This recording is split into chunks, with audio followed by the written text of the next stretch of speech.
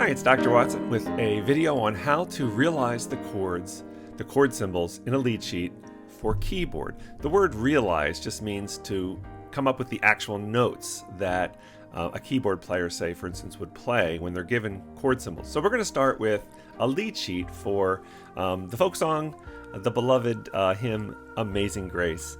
And we'll look at the chords on the lead sheet, then we'll talk about what notes are in those chords, and then how to deploy those notes in a keyboard arrangement or keyboard setting. So here is our lead sheet for Amazing Grace, and we can see all sorts of chords like this E flat or FM7, E flat / G. So what I've done is I've created this chart of different types of chord symbols, and you should seek that out online. I'm going to link this in the description of the video, a link to it, so you could download a PDF if you want it. But we can see that, like, when we have a plain capital letter like C, that's just a major chord. I've circled the ones that are going to occur in Amazing Grace. When we see a capital letter with a 7, that's a dominant 7, so we have a major triad but with the minor 7. Or there's a C minor 7 in Amazing Grace. Could be C min minor 7 or C m7. And there's different ways to voice it. There's really just an infinite or almost infinite number of ways to voice a chord depending on the keyboard player and how they want to have the chord notes close together, more spread out. So I have just a couple different voicings, but all of them, have the notes of the chord in different formats, but they possess all the notes of the chord. And then what's in the left hand is just a bass note. And again, it doesn't have to be that way. You could have more than the bass note in the left hand of the keyboard, but I'm keeping it simple. So right hand, we're going to put the chord notes. Left hand, we're just going to put the lowest sounding note. There are chords like this one, C/E, where the notes of the C major triad are C, E, G. But instead of having C as the lowest note, we're going to have E, or the third of the chord, as the lowest note. Traditional musicians would say that's a first inversion chord, but we could say it's just a C/E. So that happens. And then there's these added note chords like C add 2. So here's a C chord, C, E, G, but we're adding D. We're adding the note D to it, which is the second scale degree above C. Also, we're going to find combinations, like we're going to find like C add 2/E, where we're combining the idea of a slash chord with the idea of an added note chord. So you get the idea. So this is just a catalog of the types of chord symbols you might see in most lead sheets. But here's the lead sheet we're going to do. It's in a different key. It's in the key of E flat. And you can see that I've set up sort of a piano score here. And I've actually started to fill in my piano notes, right? So when we start out with the E flat triad, I have a very low voiced E flat, G, and B flat. So those are the notes, right? E flat, B flat, and G. Those are the notes of the triad. And then down here, the E flat, which is the lowest sounding note of a root position triad. And then here, where we have an F minor 7, the notes are F, A flat, C, and E flat. So those are the notes of that chord. I put 3 of them up here for the right hand to play, and then 1 of them down here. And then here's one of those slash chords, right, where we have the E flat triad, just like we had over here. In fact, I have the same, note voicings, E flat, B flat, and G. But then instead of having E flat like we had over here, we're going to have G as the lowest note. So those kind of chords are nice because they're a variety of the traditional root position triad. Here we have a slash chord where we have an A flat chord, A flat, C, E flat in the right hand piano, but we ask for a B flat in the lowest. So you get the idea. I've done a couple for you, but we're going to have some places where I'll show you, step by step how I did it. So I also have a sheet of manuscript paper where, if you don't know how to spell chords, right, that's something you should definitely review to be able to do this. So for instance, in this next measure here where I need an E flat chord, I'm just going to review that you start with the bottom of a triad, E flat, and then you go up a third, which means you go up to the next line or space. In this case, since we started on a line, we go up to the next line. There's G, the third of the chord. Then we're going to go up to the next line. There's B flat. And I'm putting these flats here, but I don't really need to because they're in my key signature. I always like to say, when you find a snowman, you find a triad. So a snowman would be line, line, line, or space, space, space if it was an F triad. So we have our notes, E flat, G, and B flat. Now, how do we want to deploy them? Maybe because I've sort of started kind of low, I am going to keep it low and do something like this. I'm just going to put in a whole note E flat, a whole note B flat, and a whole note G. And then I need a root, and the root should be the name of the triad if it's just in that root position. So here I'll put an E flat there. And I don't need to put the flats because remember they're in the key signature. Now, I'm just putting a whole note, but a keyboard player would actually comp or make up a rhythm that's more expressive, that's in the style of the music. For now, I'm just keeping it really simple. Okay, so when we go to the next chord, I could just keep the E flat, the B flat, and the G, but just change my bass note from E flat to G, right? Because it is a slash chord with G. But I also might want to spread things out like this, like maybe have B flat up high, E flat here, and then another B flat. Notice I don't have the G. Why? Because I've saved that for the bass, right? So I've got the E flat notes and the G as the lowest sounding note. I don't have to have the G up here because I have it down here. But I could, right? You could have it up there. I could, if I wanted to, I could add the G if I wanted it to sound a little bit more full or warm or something like that. Okay, here we have an A flat chord, but we're going to add two. So the notes of the A flat triad are A flat, C, and E flat, right? That's a major triad. But the second step above A flat would be B flat. So I'm going to add a B flat to this A flat triad. It gives it a nice crunchy but in a warm, beautiful sound. So that's a very pretty chord and add two. So how do I want to voice that? Well, probably let's do E flat here and C here and the B flat, which is that step above here. I remember I don't have to put the B flat, the flat sign, because it's in the key signature.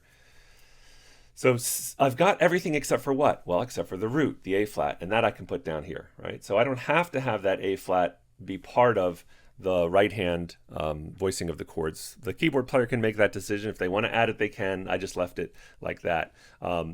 Anyway, you get the idea. So I have these chords voiced. Here, where we have the E flat slash G, here's the G, and here's the other two notes you need, E flat and B flat.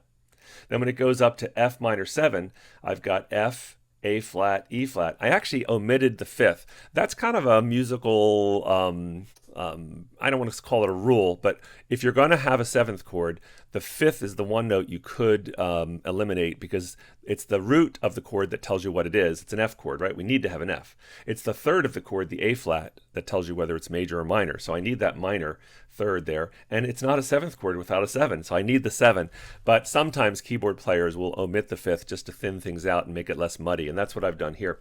And then when we go to the E flat root, right? E flat. This is called walking down, by the way. When you walk down from an E slash G or E flat slash G and you walk down through the F, and that's where we get that F minor 7 chord, and then we walk down to the root position. So walking down is something that keyboard players will do occasionally when they're changing from one inversion of a chord to another.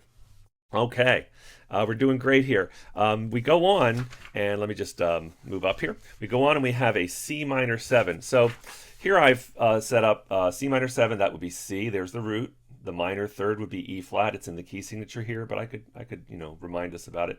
Then we have G, and then we have B flat. So this snowman actually has 4 parts to it, right? The root, the third, the fifth, and the 7th. And again, I don't need this flat here because it's in the key signature, but I can remind myself that it's C, E flat, G, B flat. So there's 4 notes to that 7th chord. All right, so let's go ahead and voice it. What I'm going to do here is kind of clever. I'm going to put what looks like an E flat chord, right? There's my E flat. There's my B flat, and there's my G. If I didn't have anything else, that would be an E flat major triad. But instead of putting E flat or G or some note down here that's part of the E flat chord, I'm going to put the C, right? And that does end up giving me, right? I've C, E flat, G, B flat. It ends up giving me the notes C, E flat, G, B flat of the C minor 7 chord. So that's a nice comfortable voicing that lies well in the hands. Sounds pretty good.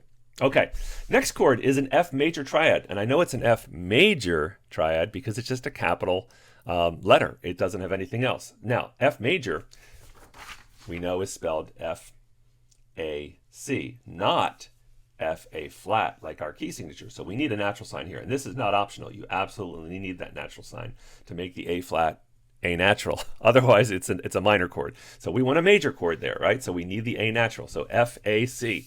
So when we're voicing it, I have to remember, I'm keeping things low, right? I could have put it up high like F-A natural C and then put the F down here, right? But I've been voicing things kind of low. So I'm going to go with F, C, and the A natural way down here. It's not muddy. It's actually warm and beautiful. And then the low F I'll put down here. Right, so I decided not to use a higher voicing. That's the player's choice.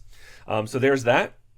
And then I get to this B flat and C minor 7 and B flat slash D. Here I'm walking up. Remember I said over here we were walking the bass line down from G through F to E flat? Well, here we're going to walk the bass line up from B flat through C up to D. And then we voice those chords on top of that. So I don't think I need to voice every single chord in this example to make the point that the process I'm doing is I'm looking at the chord symbol.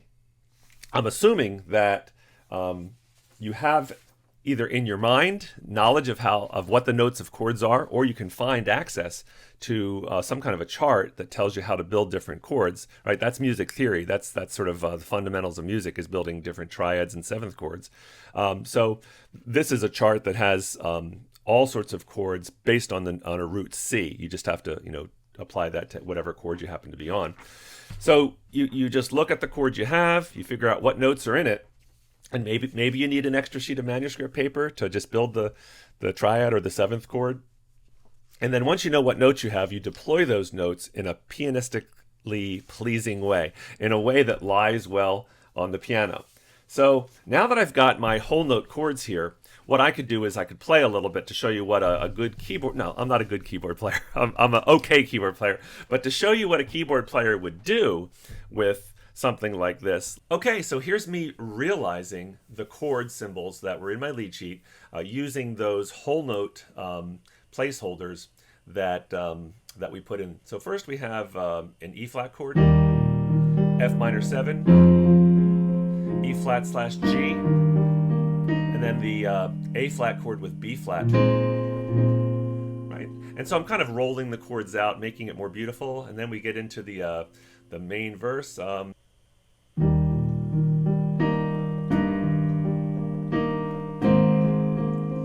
I'm going to walk down through. There's the C minor 7, F with the A natural, and then the B flat, walking up through the C to the D, right to the B flat slash D. So you get the idea. Before we close, I just wanted to mention that what I demonstrated was creating a lead sheet where we used what I called placeholder whole notes. Really, the piece was in 3/4 times, so dotted half notes would have been the rhythm that would take up a whole measure. So those dotted half notes were just to show the notes to play, but the keyboard player can actually embellish them.